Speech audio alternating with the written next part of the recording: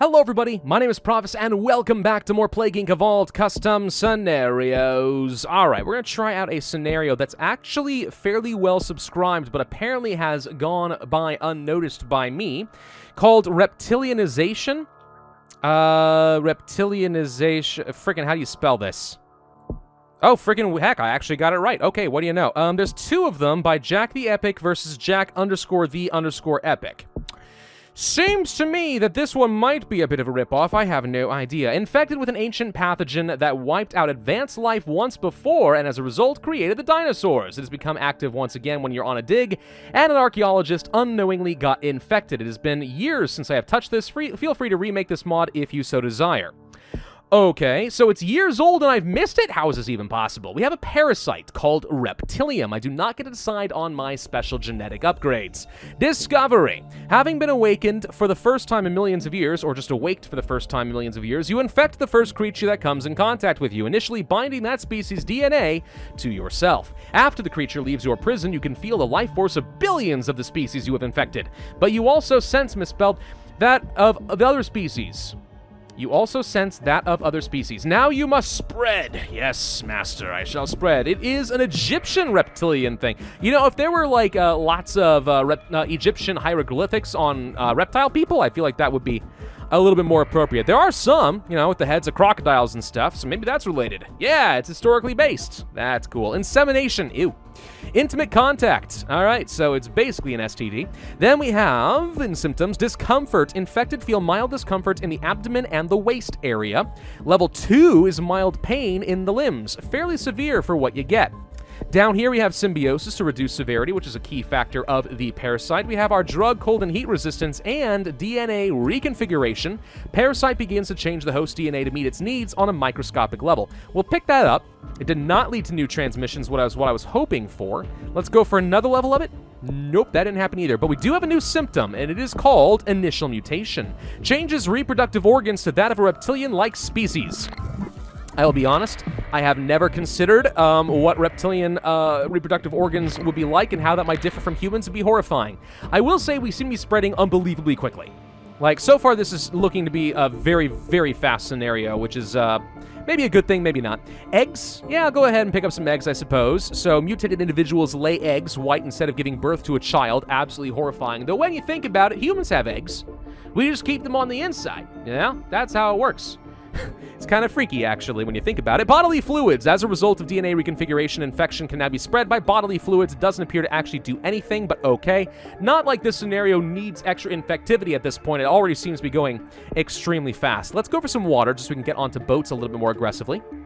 Now, parasites have the downside of being a little bit slow to spread, usually by things like boats and airplanes.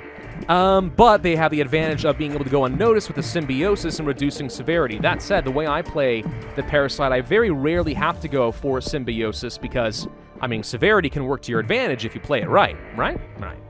Insects. We could go for that, or blood, both of which seem okay. I think I'm going to go for the water and the insects both, so we spread faster in some of the hot countries around here, which also ends up being a lot of the poor countries. I find blood and insects sometimes to be redundant. Not always, but sometimes. We have discomfort. They feel discomfort in their head, and then we have discomfort across their entire body, giving more severity. Okay. Let's go for some drug resistance because we are getting into places like Europe. I would also like to get some of that cold resistance going if possible, so let's do that now. A couple levels of that. There we go. Need every bit of help we can get. Looks like we're having absolutely no trouble in these countries like the USA, though, so okay. We could go for another level of this. Let's go instead for the discomfort. Does it unlock anything? The answer is no. So we need another reconfiguration of the DNA. This is another one of those scenarios where there's like a lot of gating mechanisms, which sometimes is good in order to try and control the mutation, but usually keeps you coming back to keep looking for more things to unlock, and those can be pretty fun. Like, I don't have a problem with that as a strategy. It's perfectly fine for scenario creation. Scales! Here we go. The infected grow scales in small amounts. Humans can be scaly. I've learned that from CK3. It's horrifying, and people don't tend to like it. Greenland, why aren't you here yet? Come on, spread faster in Russia. We'll get to you, don't worry. We got scales too, by the way. Scales now completely cover the body, leaving now visible skin left. I'm pretty sure that was supposed to be no visible skin, but that's okay. Blood and insects will do me basically no good at this point, given that we only need to get into Greenland, so I'm going to ignore those. Could go for another level of drug resistance. I think that's fine, but then we need to get more DNA reconfiguration, which is going to lead to hands and feet. Well, I already have those. The hands and feet mutate into those more reptilian in nature, growing claws and becoming more sensitive to changes in temperature. More sensitive to changes in temperature? Is that a good thing? Maybe it is. Would someone please send a boat to Greenland? Well, we got the hands and feet. You guys are sending boats literally everywhere but where I want. Oh gosh, it's gonna do it to me again, isn't it? There it is, never mind, we're fine. Okay, so we got hands and feet.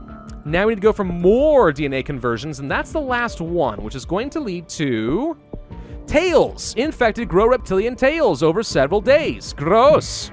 We've got no lethality, so, like, we're really not gonna get a lot of progress here. I kind of need mutation chance to help me out. We'll go for the tails. There's the head. Hair starts to fall out as the head changes into one of the reptilian in nature.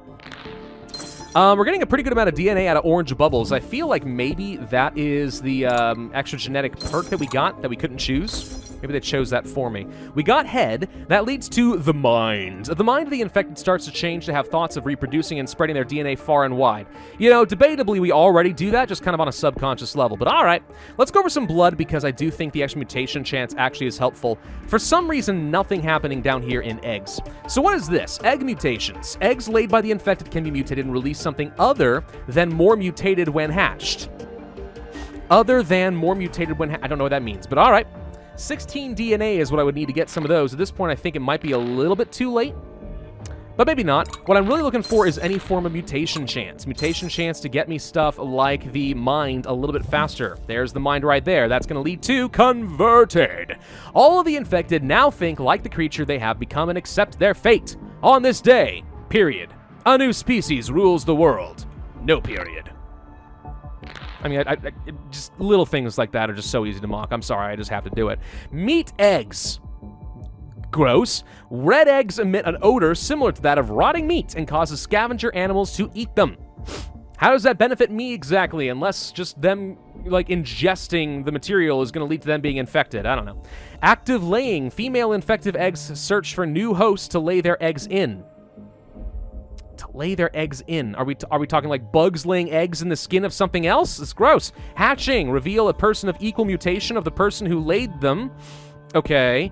Waterborne. Blue eggs that are laid, misspelled near water, burst open, causing parasites to be flung into the water. And gas eggs, orange eggs, will now be hatched, then will release gas that will attach to air particles. No period.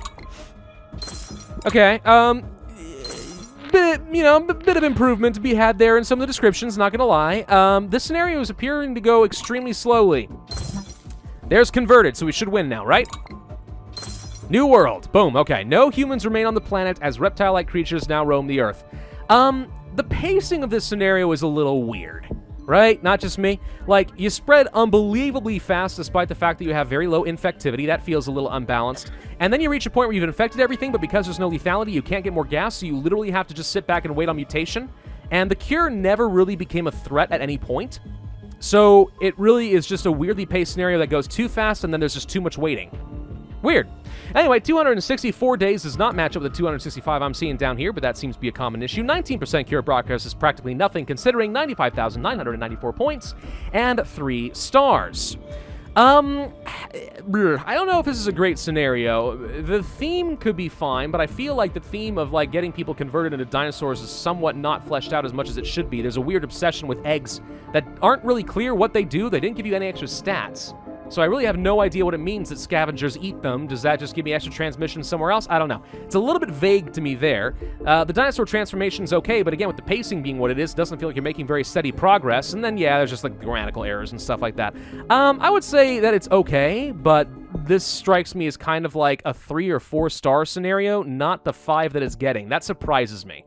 But whatever. Okay, the community has spoken, and who am I to say no? I think it's all right, though. Thank y'all for watching. I do hope that you enjoyed. If so, then I would humbly ask that you hit that like button, leave a comment, and subscribe. It really does help with the channel's growth. And I will see you guys next time.